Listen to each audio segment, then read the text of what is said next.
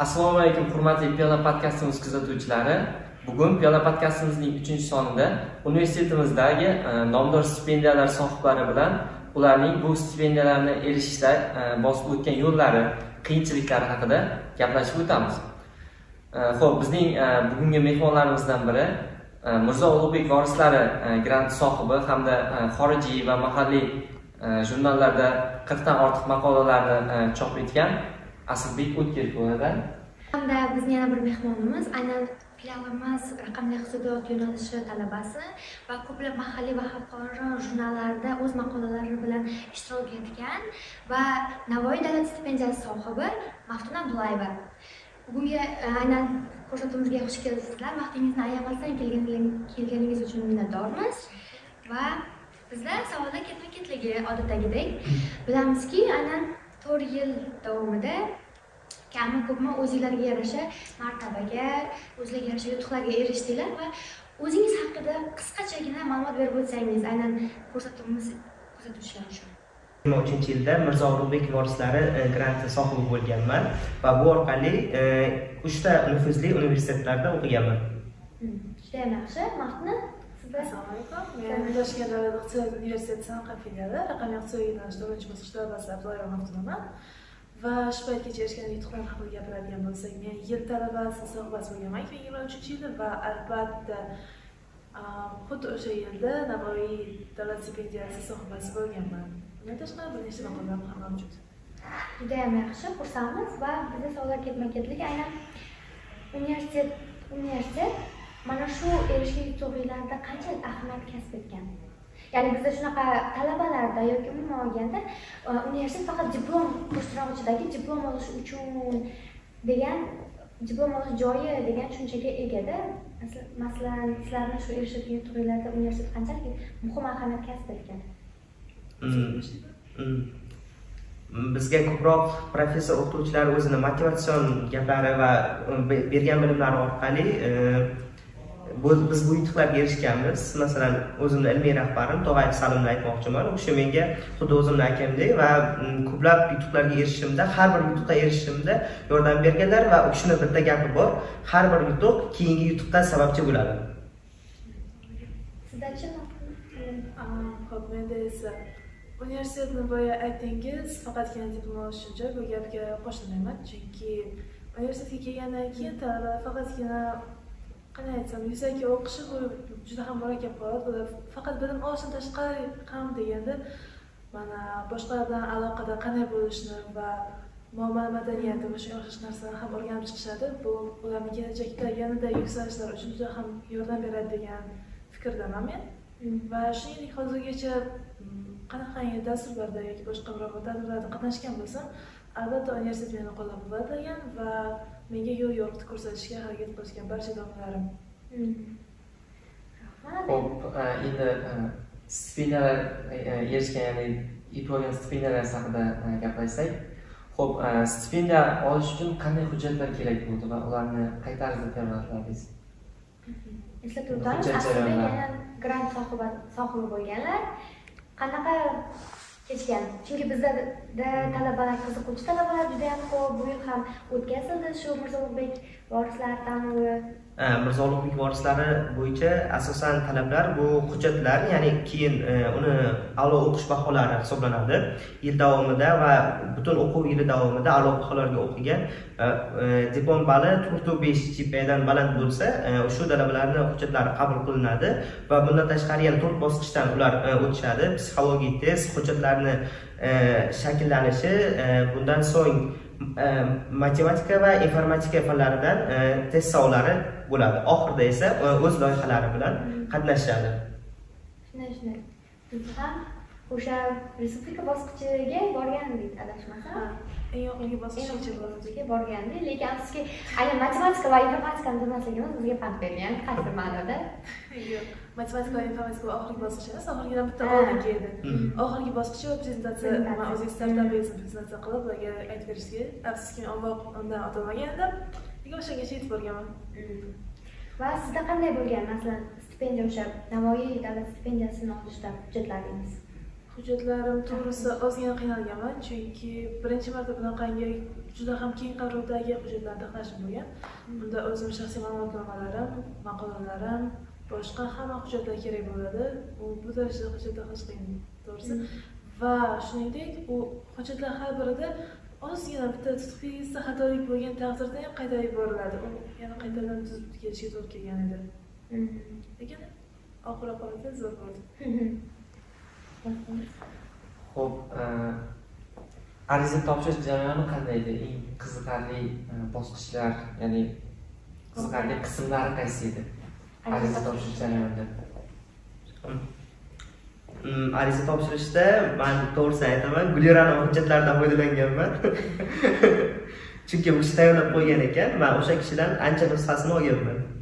Eslatib o'tamiz, Mirzo Ulug'bek tanloviga bizga iqtidorli talabalar bilan ishlash bo'limi boshlig'i Jonibek Bo'rbayev maslahat berganlar va taklif kiritganlar, e'lonini ham bergandilar. Keyin eng birinchilardan bo'lib men taxlagandim dokumentlarimni. Shundan keyin ularga ketgan, lekin omad Asliga pul boqqan ekan. Xo'p, aynan hozirgi kunda, ya'ni o'sha stipendiyaga topshirmoqchi bo'lgan talabalarga qanday maslahatlar berasiz? Maslahatmi? Iloji boricha yaxshiroq ilmiy ishlar qilish, o'z ustida ishlash va baholarni iloji boricha yaxshi qilish va GPA'siga juda ham kuchli e'tibor beriladi stipendiya olishda. Aynan, ya'ni birinchi kursligidan boshlab e'tibor qaratish kerak. Chunki bittadan uchib bo'lgan taqdirda ham yoki to'rtlar soni ishda bo'lishi kerak edi. To'rtlar soni ham qaralarmi? To'rtdan bo'lishi kerak. Undan ko'p bo'lsa chetlashtiriladi avtomatik. Xo'p, ikkalangizda mana stipendiyaga yutgansiz. Stipendiya yutganingizdan keyin sizlarga qanday imkoniyatlar ochildi? Imkoniyatlar juda ham ko'p bo'ldi. Masalan, bizni Toshkent davlat iqtisodiyot universitetimizda o'qishimizni davom ettirdik. 1 yil mobaynida o'sha yerda o'qidik va u yerda Yoshlar akademiyasi a'zosi ham bo'ldim. Bundan tashqari u yerda Toshkentda xalqaro nufuzli Koreya universitetining Inhan universitetida tahsil oldik. Bundan tashqari Amiti universitetlarida ham o'qib keldim. Bu grant tufaylidir. Demak, siz bir vaqtning o'zida 3 ta universitetda o'qishga muyassar bo'lgansiz. Maqsadingiz qanday? Menda to'g'risi juda ham Aslbekchalik o'zgarishlar bo'lgan deb ayta olmayman, lekin to'g'ri stipendiya menga juda ham ko'p narsalarda yordam berdi. Eng asosiy tarafi to'g'risi menga har yil oylik beriladigan stipendiya bo'ldi deb aytsa bo'ladi. Moddiy tomondan va undan keyinchalik esa mana hozir universitetni bitiryapmiz, 4-kursimiz va bitirgandan keyin men bironta bir davlat universitetida o'qish niyatim bo'lsa, davom etmoqchi bo'lsam magistraturaga men bemalol grant asosida hech qanday imtihonlarsiz yoqda o'qishim mumkin bo'ladi. Va mana shu erishgan yutuqlaringizda asosiy motivatsiya nima bo'lgan aslida? Asosiy motivatsiya vatanimiz kelajagini biz o'zgartirmasak kim o'zgartiradi, to'g'rimi? Shu ma'no motivatsiyam. Keyin ota-onam katta motivatsiya bergan. Faqat oilada bir kishiga beriladi deydi, hamma narsa. Shu bir kishi men bo'lishim kerak. Xo'p, sizningcha shunday nomdor stipendiyalarni yutishda faqatgina yaxshi o'qishning o'zi yetarlimi? Yo'q. Yaxshi qanday, ya'ni inglizcha aytganda skilllar talab qilinadi talabadan. To'g'ri, sizga bilim juda ham kerak bo'ladi, lekin undan tashqari sizda mana bu innovatsiyaga qiziqish kuchli bo'lishi kerak. Chunki faqatgina hozir men o'qiyotgan bilimlaringiz bu oldindan o'sha aniq mavjud bo'lgan narsa.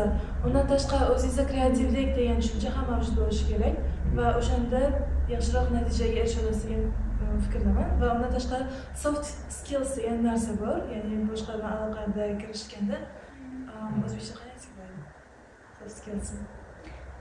Ko'nikma. Xo'p, mana albatta erishgan yutuqlar odam yoki talabalarni albatta havasini keltiradi.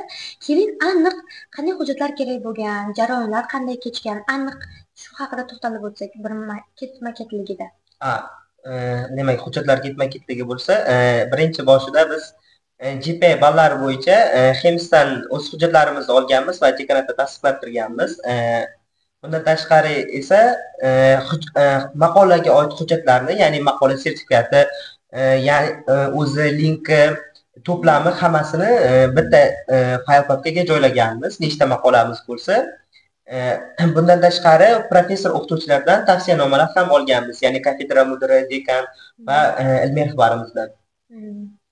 O'sha yutuq erishayotgan jarayoningizda qanaqa his-tuyg'ular bo'lgan?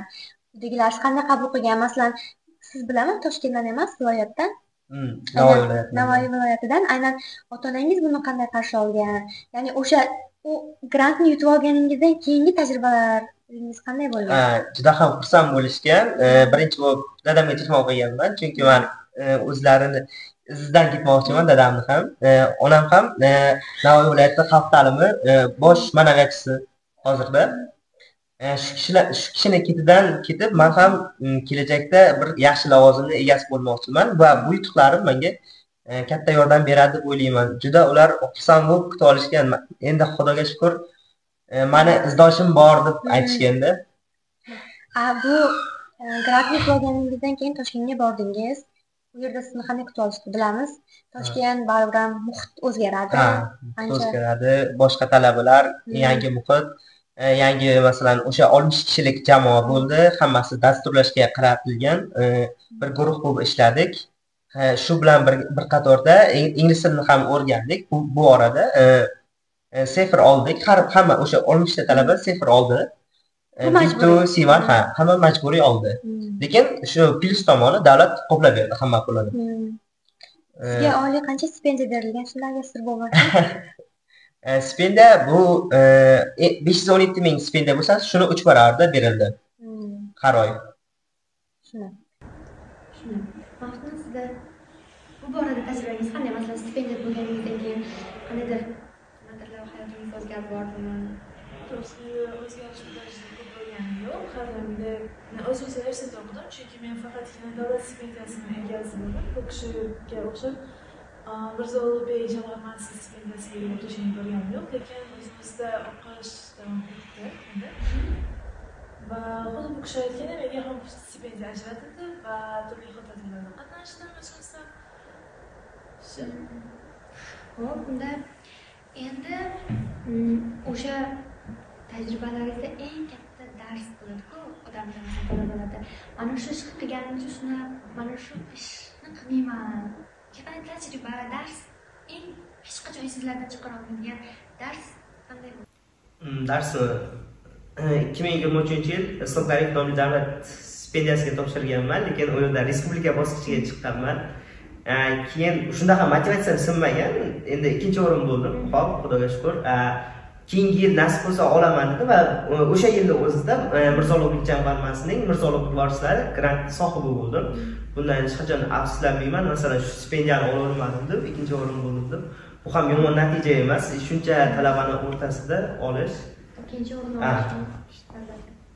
Sizlar chiqqanda alamli qilib bo'lgan voqealar bo'lganmi? Masalan, kelinglar, ko'pchilik shuni tushunchaga egada. Masalan, o'sha yutuqlar erishayotganlar qo'shniroqchidagi tanishchilik yoki ustozlar yordam berdi. To'g'ri, ustozlar yordam beradi dokumentlaringizni to'g'rilashga yoki va hokazo. Yo'l ko'rsatadi, chunki ular biz uchun yo'lboshchi. Yoki masalan, endi tangan ikki tarafi bo'lgan korrupsiya masalalari aralashgan joylari bo'ldimi, ya'ni? Sizlar shuni voqealarni kuzatgan paytlaringiz bo'ldimi? Aynan shunday hamma hujjatlar xolisona tekshirildi va Toshkentga yuborildi. Toshkentda ham Oliy ta'lim fan va innovatsiyalar vazirligi tomonidan ko'rib chiqildi va to'g'ri baholandi deb o'ylayman. Chunki meni raqibim bo'lgan bola ham juda ham mana kuchli edi, o'zim tan olaman. 4-kurs o'sha u ko'p maqola chiqargan, hamma sohada oldinda yetakchi bo'lgan, yil talabasini ham olgan. Biz hali endi yoshmiz. Hammasi rost bo'ldi deb o'ylayman. Kelingizda endi aynan shu muomala tarafiga haqida gap boshladik.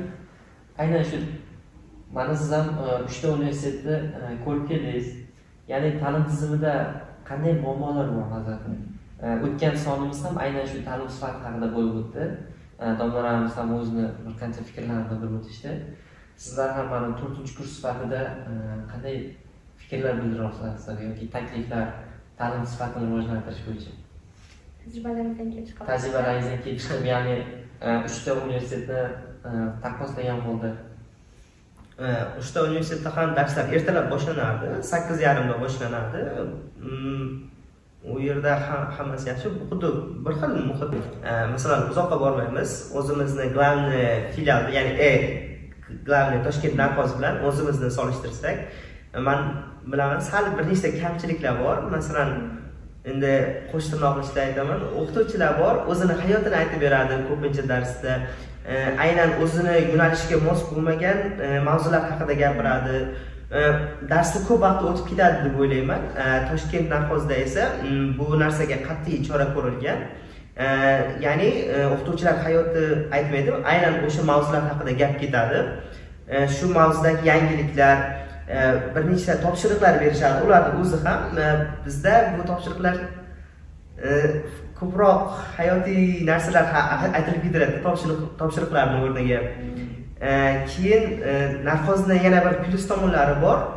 Masalan, siz imtihondan yiqilasiz-ku, sizga yana bir marta imkoniyat beriladi o'tishingizga.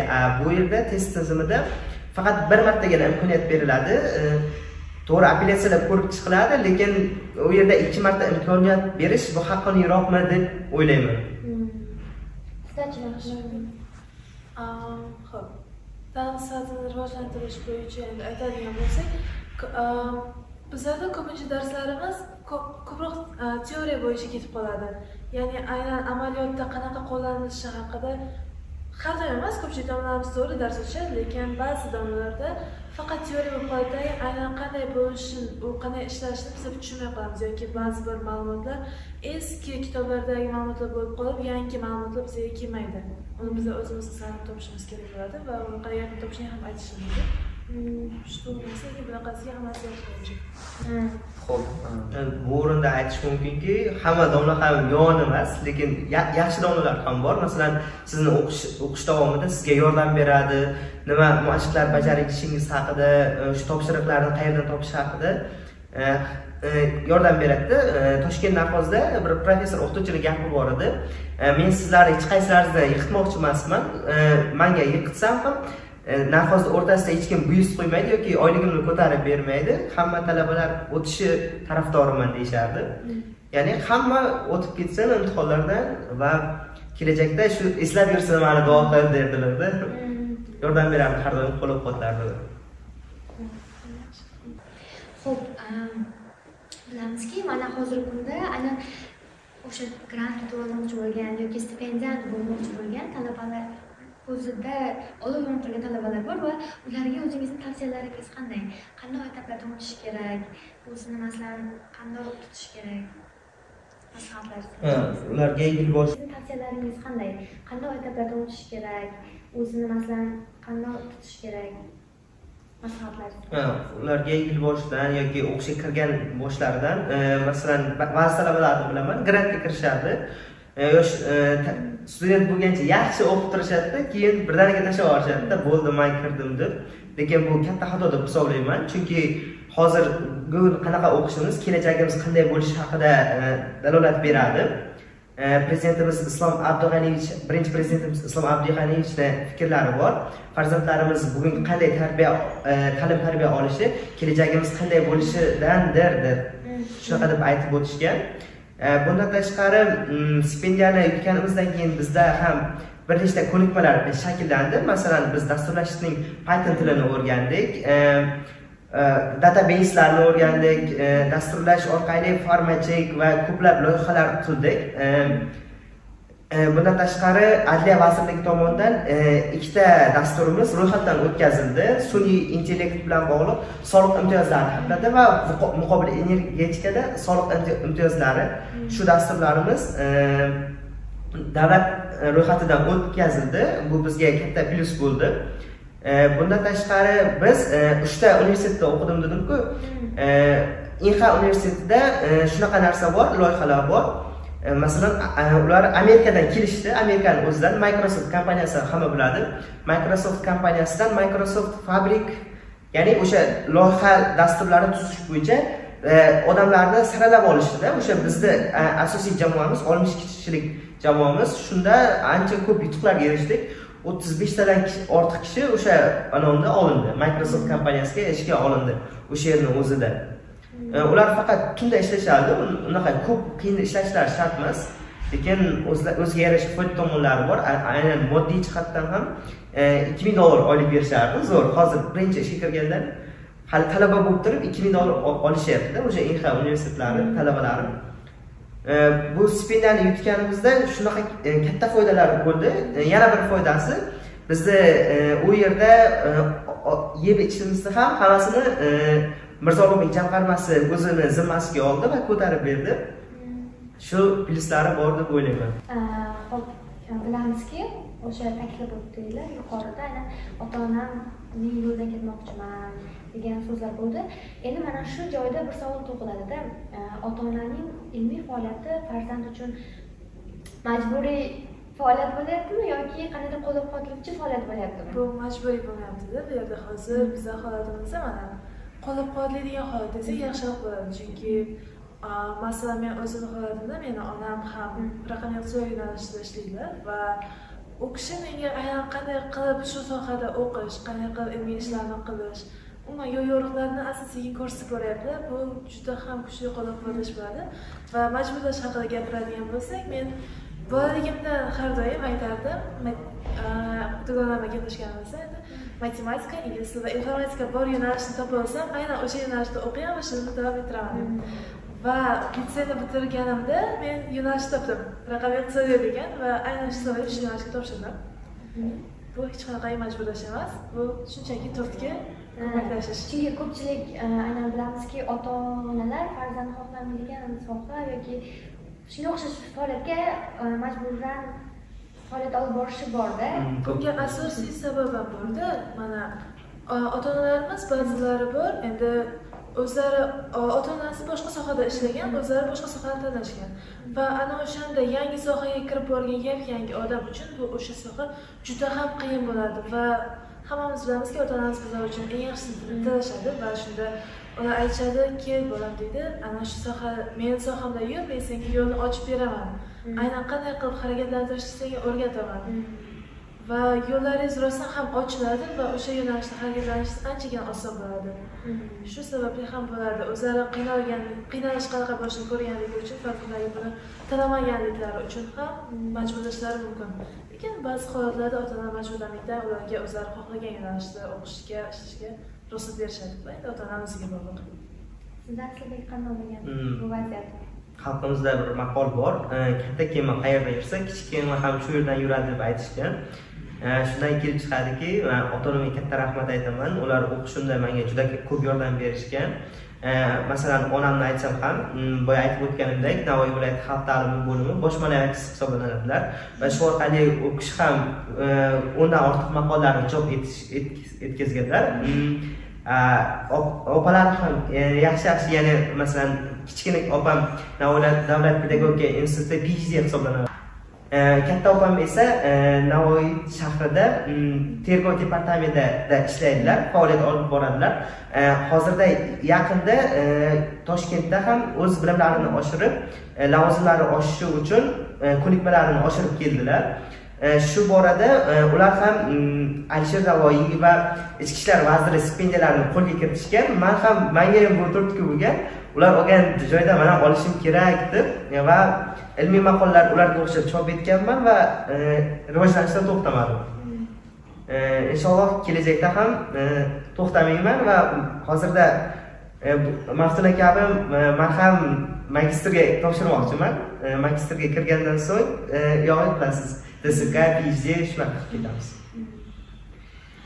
Endi bizda qisqa bir savollar bor, ya'ni siz bilasizlar, unaqa o'ylash shart emas. Qisqa savol, qisqa javob. Xo'p, birinchi savolim, ya'ni qaysi kasb egasi bo'lmoqchi bo'lgansiz? Yoshligingizda. Yoshligimda iqtisodchi bo'lgan. Birinchi boshda kosmonavt bo'lmoqchi bo'lganman. Bu hamma bolalar orzusi deb o'ylayman. Kosmonavt bo'lib yer yuzini ko'rish. Lekin vaqtlar o'tgan sari iqtisodchi sohasi yoqa boshlagan. Chunki bizning oilamizda ham amaki tog'alarim bankda ishlaydilar va iqtisodchilar va shularni ketdan ketganman. Yoshligingizda kim bo'lmoqchi bo'lgan? Men yoshligimda to'g'risi shifokor bo'lishni xohlaganman va dugonamiz bilan o'ynagan vaqtimizda ham o'zimizcha o'yinchoqlarimizni operatsiya qilib har xil o'yinlar o'ynaganmiz. Lekin keyinchalik vaqt o'tib men mana Sinfdoshlarim, kursdoshlarimga har xil savollarga javob topishda yordamlashardi va ular tushunmay qolgan narsalarga tushuncha berishga harakat qilar edim. Va o'shanda men o'zimni anglardim, o'qituvchilikka qandaydir iste'dodim borligini. Va shundan keyin chalakasi o'qituvchi bo'lishni orzu qilib boshlaganman. Xo'p, ikkinchi savolim, siz o'qishni xohlaydigan shahar, ya'ni magistr uchun. Magistr uchun men Amerika Qo'shma Shtatlarida Kaliforniya shtatini tanlagan bo'lardim. Magistr o'qish uchun to'g'risi men Germaniyani tanlagan bo'lardim. Chunki bilishim bo'yicha raqam iqtisod bo'yicha eng rivojlangan joylardan biri bu Germaniya yoki Xitoy. Shu ikkalasi. Xo'p, Xitoy tanlamaylik.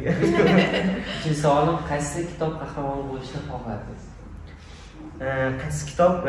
Men bir nechta kitoblar o'qiganman. Yoshligimdan yosh kitobxonchilar tanlovlariga qatnashib yurganman. O'tkir Hoshimovning Ikki eshik orasida Muzaffar Shomurodov degan qahramon bordi. Shu kishiga qiziqaman-da. Sizdachi? Men to'g'ri o'ylab ko'rmagan ekanman savoliga javobni. Bo'lmasa keling, ikkita kitob tavsiya bering, ya'ni o'zingiz sevib o'qigan. O'zim sevib o'qiganmi? Xo'sh. Qaysi kitob olsam ekan? Yaqinda o'qib chiqqan kitobim bor, Chinor. O'shani juda ham ko'p kishiga tavsiya etgan Asad Muxtor. Xo'p, men kitob tavsiya qilsam bo'ladimi? 3 ta kitob tavsiya qilmoqchiman. Ikki eshik orasini o'qishlaringizni tavsiya beraman. Bundan tashqari Dunyoning ishlari. Bu Dunyoning ishlarini o'qiganingizda siz onangiz va ota-onangizni qanchalik hurmat qilishingiz yanada oshadi deb o'ylayman. O'sha Gilam Paypoq degan joy bor. Ham o'qigan. Maktab paytlarida adashmasam, hamma bizda maktabda majburan bo'lardi. Har oy biza bitta kitob o'qib tugatishimiz shart bo'lgan. Bo'lmasa baho qo'yilmasdi. Bitta meni qo'rqanim esimda. Shunda o'sha dunyo ishlarini o'qiganman. Hamma bizga kerak ayni shu joyda. Gilam Paypoqdan hamma eslaydi. Uchinchi kitob esa Saodat asri qissalari, qozonchilikka hamma biladi. Xo'p, siz qayta-qayta ko'radigan kino? Qayta-qayta ko'rsangiz ham zerikmaysiz. O'sha emotsiya, o'sha nima yig'laydigan joylarga o'shanaqa emotsiyalar bildirib, qayta-qayta ko'rsangiz ham zerikmaydigan kino. O'tgan kunlarda. Otabekka kumush, ayniqsa yig'laydigan, oxirida yig'latadi-da baribir. Kumush o'lgancha. Keyin Otabek oxirida chiqib ketadi. Sizdachi, Mahmud? Men to'g'risi optimistik kitob emas, kino dedik. Optimistik kinolarni ko'rishni yoki komediya kinolarni ko'rishni juda yaxshi ko'raman va eski o'zbek kinolari bo'lgan, komediya ana shuni juda yaxshi ko'rgan. Umuman farqi yo'q aynan qaysi bir bo'lganligi. Umuman qayta-qayta ko'rishim mumkin. Necha marta qo'ysam. Xo'p. Bo'lmasa oxirgi savolga o'tamiz. Qaysi savol berilmadi lekin siz kutgandingiz? Savol berilmadi. Qaysi savol berishingizni kutgandim. Chunki sizlarga e'lon berganimizda baribir ham qanaqa savol bo'ldi balkim degan taxminlaringiz bo'lgandir. Qaysidir ma'noda qaysidir savollarga kelganlaringiz kelajakdagi yurishlarimiz, ya'ni rejalarimiz haqida savol bo'lmadi. Aynan shu haqida savol bizga ham bo'lgandi, lekin balkim ko'pchilik aynan kelajakdagi rejalarini aytishga qo'rqadi, qandaydir taxminiy rejalarni aytishga qo'rqadi. Bo'lmasa sizlar bitta aytmang, qaysi savol berilmadi degan siz berishingizni kutgandingiz. To'g'risi men o'ylagandim, o'sha oldingi maktabdagi yoki litseydagi vaziyatlar qanday o'qiganligimiz yoki o'shanda kulgili voqealar deylik yoki hozir universitetda o'qiyotganimizdagi o'zimizni qanday kunlarimiz o'tayotganligi haqida savollar bo'ladi deb o'ylagan edim, lekin berilmadi. Kelinglar bo'lmasa shu haqida gaplashamiz. Ya'ni Asliga siz kelajakdagi rejalaringiz qanaqa? Narxoz Samarqand filialini bitirgandan so'ng Toshkentda yana o'qishimni davom ettiraman. O'sha grant asosida biz qabul qilinamiz o'qishga. Bundan so'ng esa PhD, DSK kabi yutuqlarga dotsent, fan doktori bo'lmoqchiman. Zo'r, Mahmud. Ancha sizdan xuddi shunday javobni kutardim. Xuddi shunday javobni kutardim. Ikkalamiz ham ilm yo'lidan ishlayotgan odamsiz. Xo'p, endi Mahmudani kutgan savoliga javob olsak. Aslan bilamizki, o'sha maktab davri o'zi umuman talaba yoki qanday desak, inson uchun o'sha ta'lim oladigan joy birinchi o'zi bog'chadan, maktab, masalan bog'cha majburiy emas, lekin maktabimiz majburiy. Maktab, litsey, masalan lekin men litseyda o'qimaganman, 11 maktabni bitirganman. Sizlarda qanday kechgan shu maktab, litsey jarayonlari, ya'ni o'sha yerdagi baholar, masalan qizil diplom, universitetga kirish uchun qandaydir turtki bo'lganmi yoki plyus tomonlari bormi? Maktab davrimizda ham yaxshi baholarga o'qiganmiz. Endi qachonki baza yaxshi bo'lsa, ya'ni hamma narsa uy birinchi ostonadan fundamentdan qurilib boshlanadi-da, tepadan qurilmaydi. Shuning uchun bizda baza yaxshi bo'lgan. Ikkalamizda shunaqa deb o'ylayman. Shundan keyin bu kelajagimiz, ya'ni hozirgi kunimiz talabalik davrimizda ham o'z aksini ko'rsatmoqda. Shunday men maktabda ham, litseyda ham juda a'lo baholarga o'qiganman va to'g'risi o'qituvchilarga ketoy bo'lganman. Va xuddi shu narsa menga universitetda ta'lim qilishga ko'maklashgan. Maktabda litseydagi iqtisodda o'qiganman-da men. Ana o'shani tanlashning sababi u ingliz va matematika bo'lgan va bizning maktabimizda eng kuchli o'tiladigan fanlardan ikkitasi u ingliz va matematika bo'lgan, to'g'risi. Va shu sababli ikkalasidan biri yaxshi bo'lgan va aynan shu iqtisodni tanlagan edim. Bu haqida kuzatganman. Umuman olganda zo'r suhbat bo'ldi, lekin ana universitet hayotida qanday qiyinchiliklar bo'lganmi? Universitetda masalan dokument to'g'rilashda bizlar bilamiz, tan olish kerak, hujjatbozlik baribir yo'qolmagan. Alami joylar bo'ladi, masalan charchab, kechki o'zimizda ham boshimizda o'tgan, ana Mirzo Ulug'bek jamg'armasi uchun ham ko'p hujjatlar yig'ganmiz, taxlaganmiz, yil talabasi uchun xuddi shunday. Ko'plab ko'nikmalar bo'lgan. Masalan, o'sha aytganimdek birinchi boshida soat kechqurun o'sha 12 bo'lyapti, men ulgurmayman hujjat topshirishga. Siz hujjatlaringizdan foydalanganman.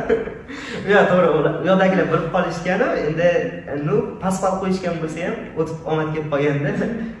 Topshirish jarayonlarida ham juda ko'p hujjatlarni, masalan, Islom Karimovga topshirganmiz, Alisher Navoiyga topshirganmiz. Juda ko'p vaqt ketgan, qiyinchiliklar, masalan, o'qituvchini topa olmaysiz, tavsiyanoma olishga borasiz yoki PDF qildirib kelish kerak, u hamma hujjatlarni sizda realni vaqt yetmay qoladi va hatto o'sha paytlar eslayman, uydagilarim nimaga telefon qilmayapsan deb telefon so'rashganda, o'zlari telefon qilishgan. Har kun kuniga bir marta telefon bo'ladi. Hozirgi kunda aynan 4-kurslarni momolarda bittasi. Bosim bo'ladi, bo'lmayshi. Diplom ish qilish kerak. Universitetdagi qiziqarli voqealar qanaqa taassurotlar bitirmoqmiz? 4-kurs sifatida qanaqa qiziqarli voqealar, taassurotlar bor? Haqida bo'lishsaydi. Universitet o'zi kirganimizdan boshlab bir boshqacha bo'lgan. Chunki maktabda ham, litseyda ham men kursdoshlar bilan o'tirishga yaqin bo'lmaganman, to'g'risini aytaman. Introvert bo'lganman u paytlari. Lekin men bu universitetga kelgandan keyin bu yerda muomala madaniyati butun hamma narsa butun boshqacha, xuddi boshqa dunyoga tushib qolgandek bo'ldim. Va bu yerdagi hamma odamlar sizni xuddiki men bu gulni ochishga deb qo'shadi-ku. Xuddi shunday holatga tushib qolasiz. Hamma sizga ko'maklashib, yaxshi muomala qilib, qiziqcha bo'ladi-da. Bilmadim, menga juda ham yoqqan universitetga kirish, bu yerda o'qish. Umid qilamanki, keyinchalik o'sha bo'ladi. Bizda ham ko'p voqealar bo'lgan, qiziqarli voqealar. Nima? Qiziqarli voqealar ko'p bo'lganda. Misol uchun kechagi universitetga darsga kechikib kelganingiz. Darsga kechikish masalasi aynan talabalarda ko'p kuzatiladi. Darsga biz ko'p kechikamiz, to'g'risi, 4-kurs, endi katta kurs bo'lgandan keyin o'zi tabiiy holat bo'lib qoladi kechikish. Lekin rahmat professor o'qituvchilarga bizga embo qo'yib qo'yishmaydi. Yaxshi. Demak, bugungi ko'p informatsiyali suhbatimiz uchun sizlarga alohida tashakkurimizni bildiramiz. Vaqtlarni ayamazdan kelganingiz uchun va umid qilamizki, bizning ko'rsatuvimiz kuzatuvchilariga bu juda ham qiziqarli son bo'ldi va talabalar uchun kerakli informatsiyalar bilan bo'lishdik degan umiddamiz. Bizni kuzatishda davom eting. Bizni kuzatishda davom eting, like bosing, kommentariyalar qoldiring. Keyingi mavzuyimiz qanday mavzu haqida bo'lishi haqida kommentariyada bildirib o'ting. Ko'rishguncha xayr. Rahmat, bizni shu bir piyola ustida podkastiga chaqirganlaringiz uchun. Bu borada biz ancha o'zimizni ichimizdagi narsalarni aytib oldik, erishgan yutuqlarimizni aytdik. Katta rahmat sizlarga ham. rostdan kattakon rahmat, juda ham xursand bo'ldim shuncha talabalar orasidan aynan bizlarni tanlab hurmat qilib chaqirganlaringiz uchun. Bu to'g'risi bir boshqacha tuyg'u deb aytsak ham bo'ladi va ozgina hayajonlantirib ham qo'yib desam mubolag'a bo'lmaydi. Rahmat. Endi uchun yana bir bor tashakkur bildiramiz.